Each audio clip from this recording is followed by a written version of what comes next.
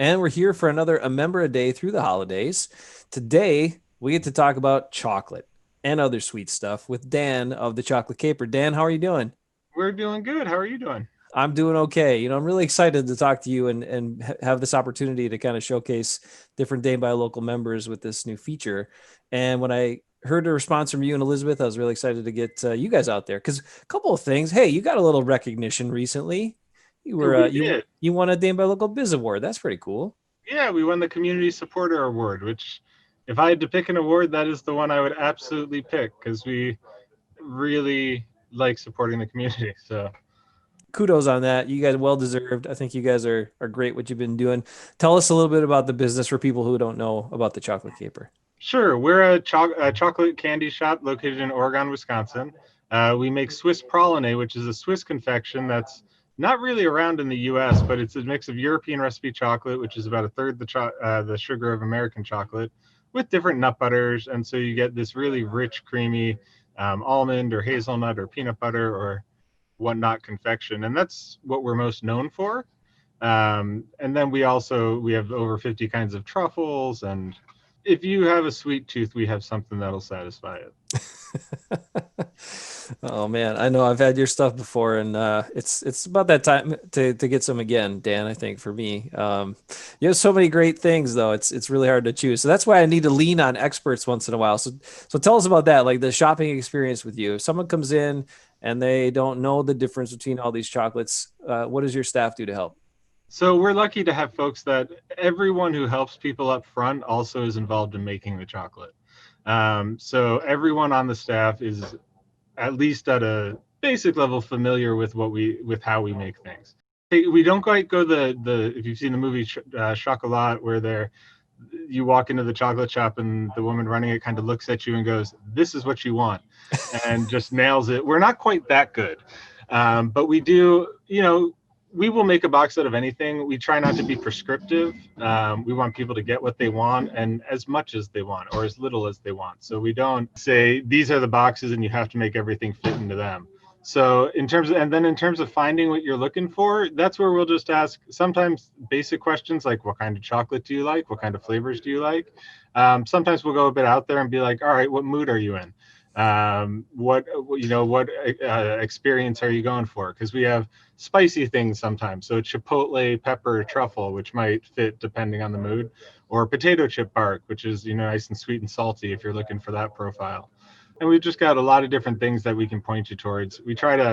We rotate things through the year, and then we have a base set of things that we try to keep very covering the spectrum. Regardless, though, I would say it's all good, right, Dan? No matter I what. think so. Yeah, some of it is a little bit more dangerous, perhaps, than others. Potato chip bark or Oreos, I can sit down watching a show and say I'm only having a little bit, and then I get to the first commercial break and the bag's empty, and I'm going, okay, that was supposed to last 2 days. Um, so some of it's a little addictive, but uh, in a good way. I know you from the beginning. I think one of the first times I talked with you, you said your goal was to have items that were affordable for people. Like you wanted to make high quality chocolate, but you also wanted to make it so it was affordable or complimentary to like someone who wanted to get a normal candy bar, a piece of candy, or something like that. Yes, we want So it to be accessible. Absolutely. You go to a lot of chocolate shops and you get both that prescriptive aspect where it's, we have these four boxes and that's what you're getting. And you might be able to pick the flavors, might not, but you're either paying 10, 20, 30, $40. You can't get a single piece or, something smaller. And, anybody who's gone into a fine chocolatier has seen the prices. And I won't say that we're completely inexpensive because we are very strict on the ingredients we use and making things as natural as possible and as few ingredients as possible. But we also are very big on buying everything local that we can. And so we try to keep it accessible. We price as low as we can, basically, and still function. We often do scholarships and we do different programs. Like we did the Easter Bunny delivery program that delivered Easter Bunny baskets this year because nobody could really do anything. we're doing a great pumpkin delivery, which will have the great pumpkin bringing Halloween treats by. Um, and when we do things like that, they're usually free or they're low cost or there's a free option, just to make sure everyone can participate. We don't want anyone to be excluded just because they don't have a dollar or two. I think that's something that's pretty evident. Like you said, I mean, you get what you pay for, but you guys are making high quality chocolate at a fair price. And what more could you ask for, right? Yeah, and that's exactly it. We try to keep it fair. Dan, so we talked about Dane Buy Local a little bit, but what have you found as a local business owner having that connection with DBL? Oh, DBL is the best resource in the world for networking, and for I think they are just ahead of the curve on organizing events that feature small businesses. There's lots of stuff that happens with small businesses that it just kind of seems like we're going to get a bunch together and hope people show up. Dane by Local is much more thoughtful than that. I think they organize, whether it's a wine, before COVID, a wine tasting or anything like that, and pairing everything up and organizing it, or even with the local biz awards, the fact, having door prizes, being able to, the fact that they could hold an award event virtually is amazing to me. Being able to pull that off well and have people enjoy it, that's absolutely incredible. So we just really like how much they do to promote small business in general. And during COVID, that's been huge. I think they've had a very significant impact on people shifting their focus to the local businesses in the area.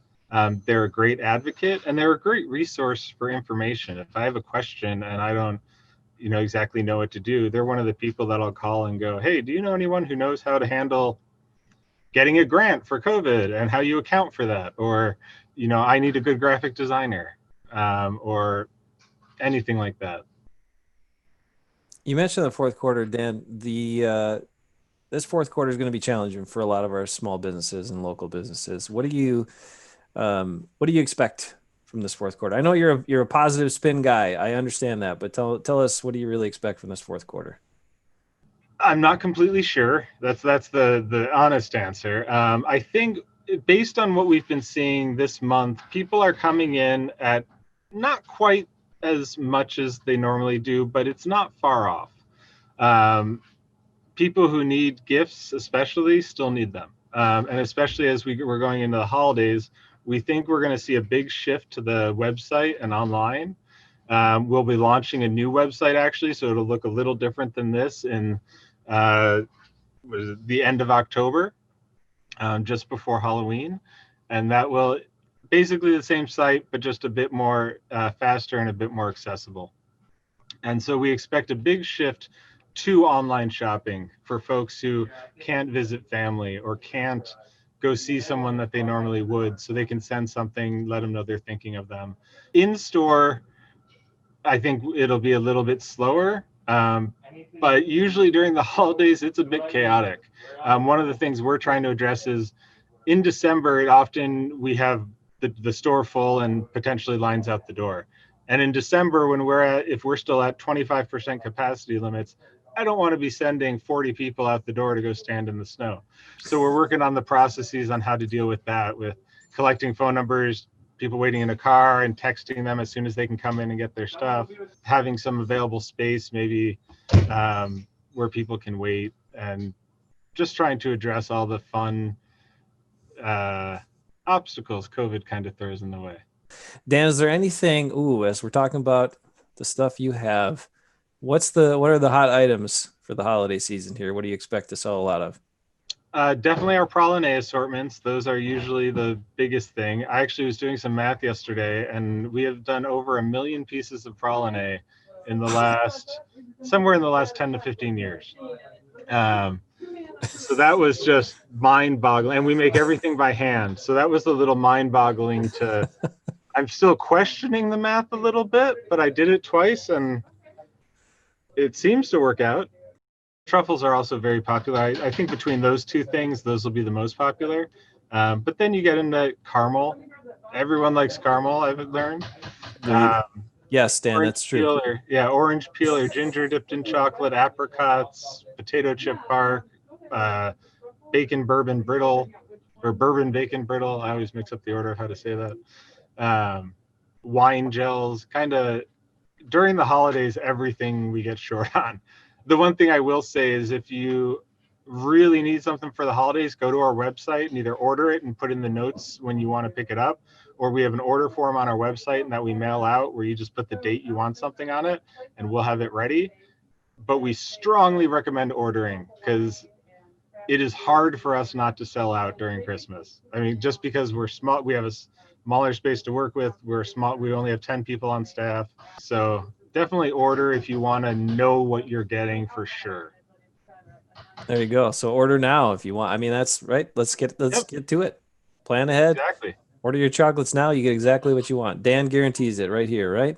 Absolutely. As long as it's in by the deadline. That's the big one. We always get ones after the deadline and we do our best to accommodate them and usually we can. But it's always fun when someone sends something in on like the 20th and is going, can I pick this up in a day? These 100 boxes that are all customized. We'll Hey, try. I can't guarantee it after the deadline though. regardless, like we said before, you're going to get something good, even if it's not exactly what you were planning to get. It's We going to don't make be. anything that I won't eat. So, That's a. Is that and your I definitely have a sweet tooth. is that your slogan? Is that your tag right there? Right now, it's chocolate so good it shouldn't be legal. But as you say that, yeah, maybe it should. Nothing that I wouldn't eat. Classic. Dan, you're great. I love what you guys do there. And thanks so much for telling us more about the chocolate caper. Dan, where do we find you again? One more time. ChocolateCaper.com or in Oregon, Wisconsin, right downtown at 105 South Main Street. All right. Dan, take care to you and Elizabeth and your staff. We will be back tomorrow for another A Member a Day through the holidays.